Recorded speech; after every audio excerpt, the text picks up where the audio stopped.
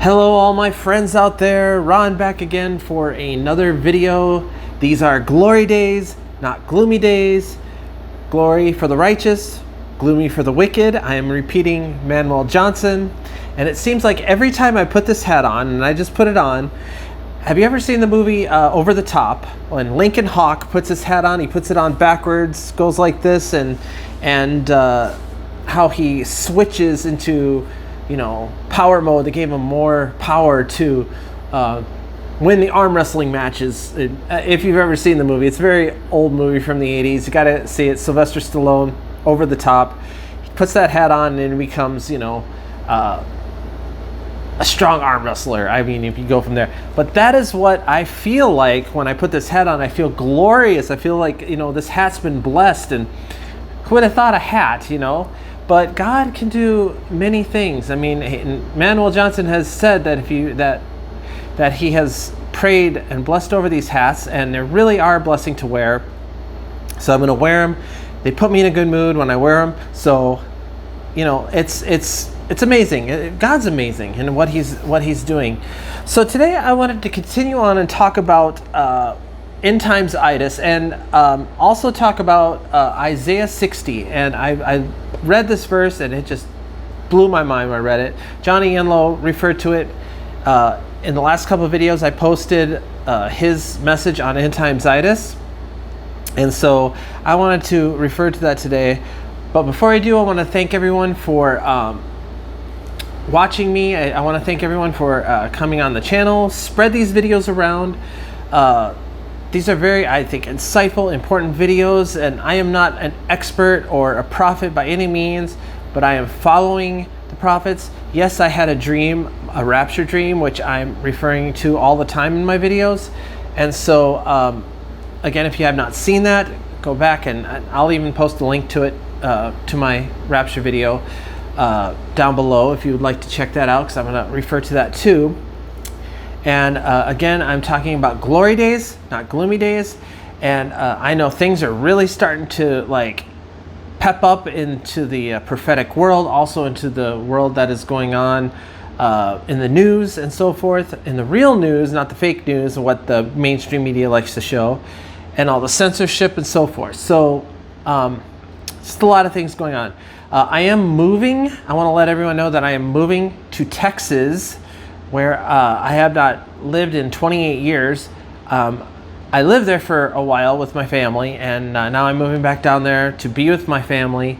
It's probably either going to be temporary, or who knows? Who knows how this is going to work out? But anyways, I feel like the Lord's leading me down there, and so I am heading to Texas, mainly to be close to my family and to, I don't know, I just feel like God is urging my heart to go there, and so I am.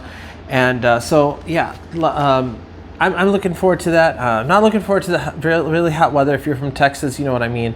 But that's okay. I'm there in obedience, and so I'm going to be moving down there. So you'll probably see me next week in a different place. Not sure where I'm going to be next week, but I'll stay tuned. We'll see what happens. I am going to make a video next Friday, so we'll see how that goes. Anyways.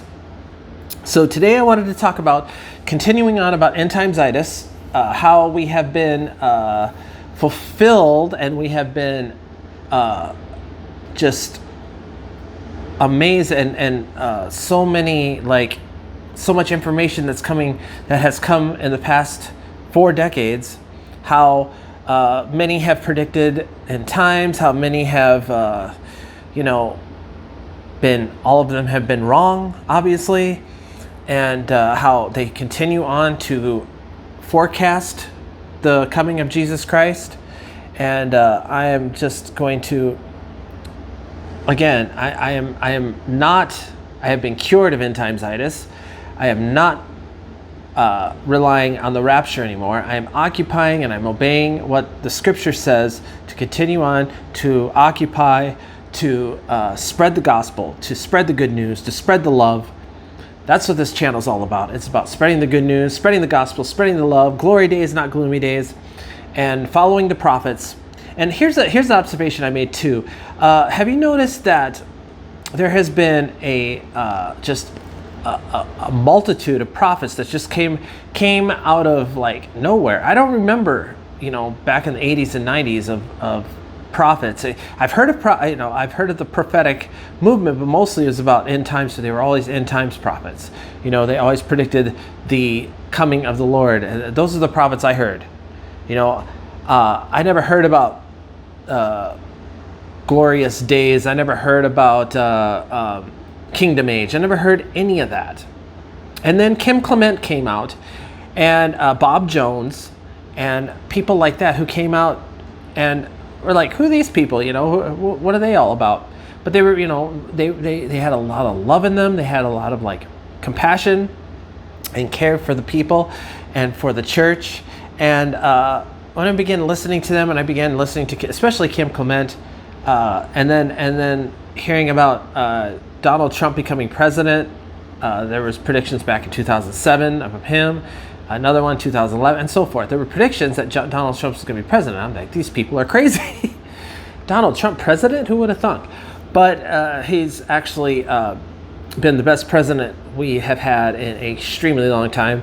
And he is returning, and I won't get into that because I'm on YouTube. I'm sure they'll, censor me, but I don't care, because YouTube is, they're part of the deep state. But I am going to continue on to making videos. But I wanted to talk to you guys about that, and basically, what 45 will mean to the coming glory day. I never thought that Donald Trump of all people, he would be used by God as an extremely important person during these days. And so it's like, who would have thunk, right? But he was meant, and he was brought up for this purpose of what is coming. And since 2016 to 2020, we got actually a sneak peek of what kind of president he was and how amazing things that he did. And it made the left and the media and everybody go nuts. They went crazy. They tried everything in their power to find something, whatever Trump said is wrong. Whatever Trump says is wrong. Orange man bad. That's how they did it. That's how, and it makes sense now. And people are waking up to that. People are waking up, orange man not so bad. So it's been a wake-up call, especially since the last 2 years. It has been a complete and utter wake-up call, and it continues to go, and it continues to grow. And we're starting to get a lot of a huge red wave that is coming. They're panicking, but the bottom line is this: that he has been used, and Kim Clement referred to him as the new David, King David, and and he's been referred to as the Cyrus of our time. But mostly, when he is back in the White House, we're gonna see some incredible things. It's being set up, and I believe this red wave that is coming in November has a lot to do with that. So let me read Isaiah 60, and this is what I'm talking about. Okay, my eyes are so bad right now. Arise, shine, for the light is come, and the glory of the Lord is risen upon thee. That is powerful. That is very powerful. Verse 2, I'm reading 1 through 2. For behold, the darkness shall cover the earth, and gross darkness the people, but the Lord shall arise upon thee, and the glory shall be seen upon thee. Now, when I'm reading this, and I read the whole entire verse, and I won't read the whole entire verse. Go back and read it yourself. But what it's referring to is the glorious, the light that we are supposed to be on earth. Okay, we are the salt of the earth. We are the light of the world. We are, and the church is meant to be that way. The church is meant to be the light of the world, the salt of the earth. The ecclesia. That's what that Jesus referred to. He did not refer to as my temple, my synagogue. He said my church, my ecclesia.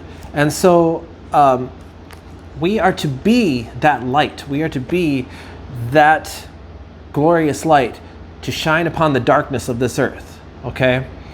And the church has been it's been in this religious spirit. Not all. Don't start typing that all the. There are glorious churches. They're few and far between, but I think it's going to grow. It's going to grow bigger. It's going to grow better. Churches, people, when I was a kid growing up, to me, church was an obligation. I had to go because, that's what my parents wanted me to do. And it's going to be to where I think it's going to be big, especially for the young people and for the youth. And we're going to see, them having dreams, visions, prophets, and prophets are growing and growing and growing, and it's becoming bigger and bigger. And I had that dream. I mean, gosh, I didn't think that I would ever have a dream like that, but I did. And I had a dream about the rapture and what it was like before it happened. So that was the main focus of that dream, because it was incredible what I saw. So what I'm trying to go with here is that as we see this religious spirit, and believe me, there are many churches who are still carnal. They're still like following their rules, man's rules, how they want to run things, when it should be how we want God to run things. We want God to run these churches. God should be in control. And that is exactly what Isaiah 60 is saying. I mean, we are to be the light of the earth. We are to be the salt of the earth. And as it has been referred to as the last, since I was a little tiny kid, of hearing, hunker down, get into your bunkers, pray, and wait for the rapture. That's pretty much all it was. Okay, don't go out there. It's dangerous. The world is a dangerous place. We don't need to be out there. We don't need to be doing anything. We need to be hunkered down. Don't pay no attention to, don't go to the movies. Don't do anything. And there have been I would say cults who are like that. But we are to be the light. We're to be the light in the darkness. And I was listening to a testimony from the rock singer Alice Cooper. And when he got born again and saved, and he got rejuvenated, he told his pastor, he said, I might need to stop being Alice Cooper. And the pastor said, really? Why would you need to do that? And he's like, well, I'm Alice is, he's a rock singer. He's all this. He goes, well, what if you were meant to be, and continue on that talent? You are to be that light. You are to be that light in the darkness, okay? Into the rock and roll, heavy metal world. And the same went for Brian Head Welch. I mean, he quit Korn to be, because that's what he thought he was doing. But really, God wanted him back in the band. And it makes sense, because he needed to be that light in the darkness, that dark world that we see, that you go to these concerts and you see that. We need to be that light. And whether and even if it's like a bar or anywhere that you never see a Christian ever go to, that's where we need to be. Where do you think Jesus was during his time? Jesus went to he read the scriptures. He went to drunken parties. He went to visit, he was surrounded by all these people that no one would even none of the religious people would even go near. But Jesus was there. He was with them. He was the ultimate rebel. He hung out with them. You know why? Because he loved. He wanted to show that love. He wanted to show that light in that darkness. He was the true light of darkness. And so as we have been behind our four walls and sitting on our pews and not really doing it, and going to our workplaces and being just nothing, we have been just sitting and doing nothing. Well, what good is that? You know, we are to be the light. We are to be to show that love. And I'm not talking about taking your Bible and beating the head over somebody and saying, you're going to hell. And I've talked about this before. That's not what I'm talking about. I'm talking about love. I'm talking about showing kindness, forgiveness, and love and compassion. And that's exactly what Jesus did. What did people do? They followed him. And they're like, I want that. Because love, compassion, and all of that is very, very contagious. And it is an amazing thing when you show that to people. Even someone who's swearing like a sailor. I mean, show that love and compassion. Show that forgiveness. Don't be offended by it. Just you know, that's what we're meant to be. That's the true Christian attitude. That's what a true Christian should be like. Should not be offended by so many things. We're to be that light.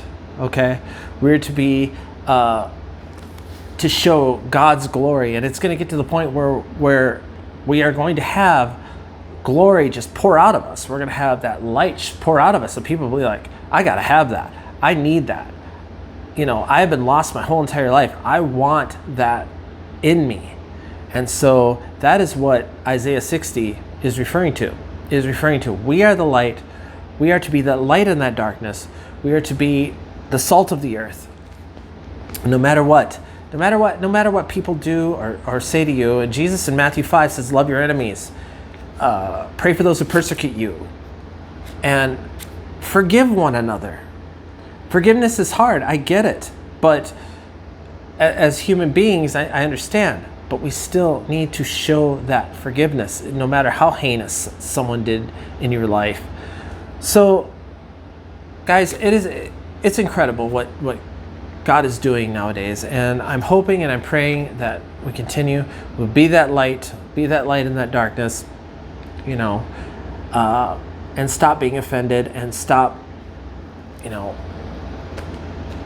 gossiping. Okay, that's a way of judgment. Stop judging. Judging and all of that is wrong. I mean, it's wrong, and I know a lot of people have repented of that. But again, you are the light.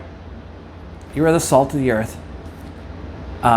Stop worrying about the rapture and start worrying about getting on that battlefield and becoming that light and becoming what we're meant to be on this earth. Anyways, guys, that's going to be my video for today. Sorry it went a little long, but I wanted to refer that verse to you guys. Again, subscribe if you haven't. And remember, these are glory days, not gloomy days. Don't fear. God is in control. Be that light. Show that love.